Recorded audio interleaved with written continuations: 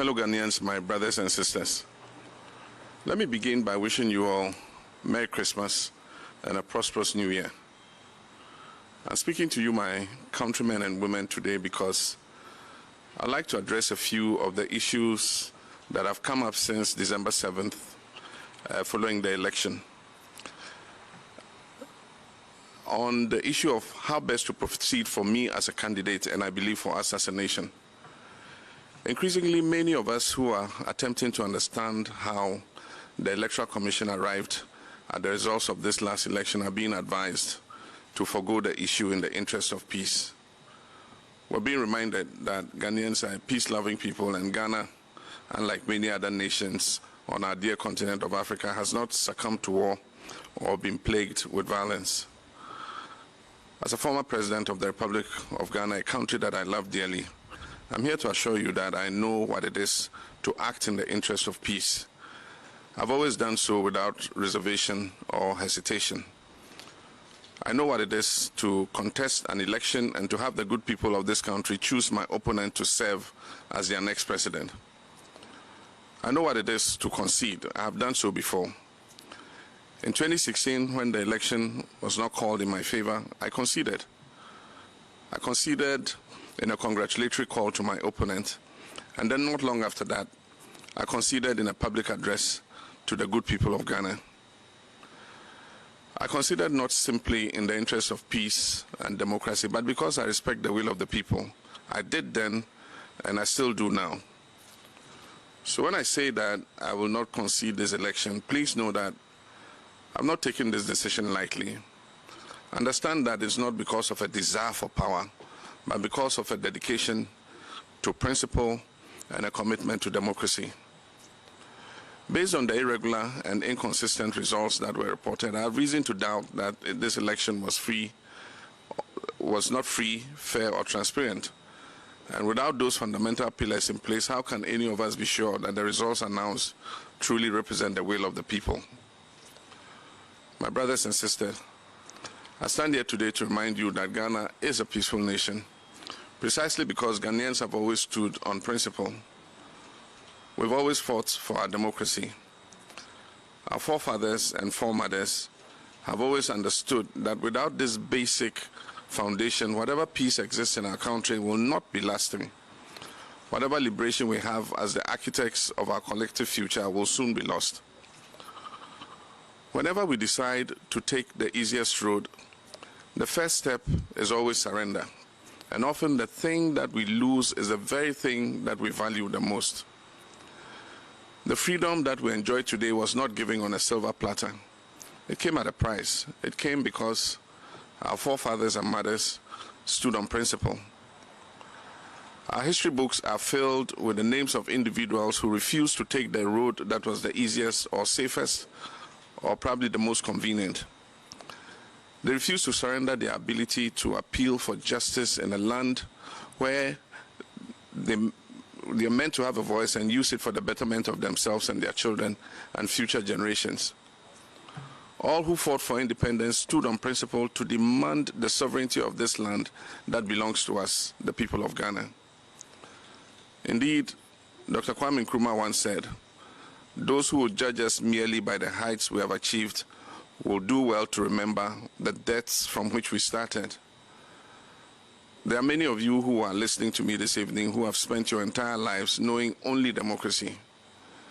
You know a Ghana in which every 4 years the citizens go to the ballot box to exercise their right to choose their leaders who they believe will serve their best interest.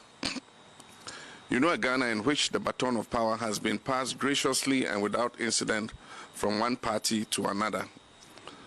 A country with hundreds of radio stations and dozens of newspapers. A country where citizens can openly critique the performance of their elected officials. A country where they can protest peacefully and without fear of punishment. It is a Ghana that your mothers and fathers, your grandmothers and grandfathers wanted you to know. It is a Ghana that they dreamed of, and some even died trying to make that dream a reality. But also listening tonight are the many of you who remember a different Ghana. In that Ghana, most, if not all, of those political transitions and social liberties I just spoke of earlier did not exist. The airwaves were not filled with radio stations. There were not numerous newspapers. People held their peace because to complain about the people in power was to risk all manner of reprisals. In that Ghana, presidential terms were interrupted by coup d'etats and former heads of state were executed. There was Kalabule and Operation Feed Yourself, not to mention years of hunger, bushfires, drought, and one economic recovery program after another. Even the Ghana of the Komipreko demonstrations bear little resemblance to the Ghana of today. We've traveled quite far as a nation in such a short period of time. The road has not been easy, nor has it been absent of obstacles. And that is why our beloved nation Ghana is often referred to as the trailblazer on the African continent. With each achievement, we have grown stronger as a people and as a nation. Through these trials and tribulations, our democracy has also been strengthened. My brothers and sisters, in a democracy as strong as ours, peace and justice can, and in fact, they usually do coexist.